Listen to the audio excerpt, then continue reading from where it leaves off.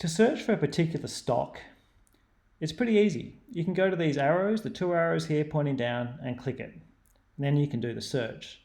But you never really need to go to that unless you forget the stock code. For example, if you know the stock code, just type it into this box up here.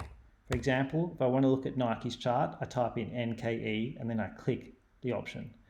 If I want to look at Amazon, I type in AMZN and then I just click AMZN. It's only if you forget the stock code do you need to go to the search function. When you click the search function, here you can simply type the name of a company. Therefore, you can figure out what the stock code is. For example, if you forget what the code for Tesla is, just type in Tesla and Tesla will come up. You then click it and press confirm.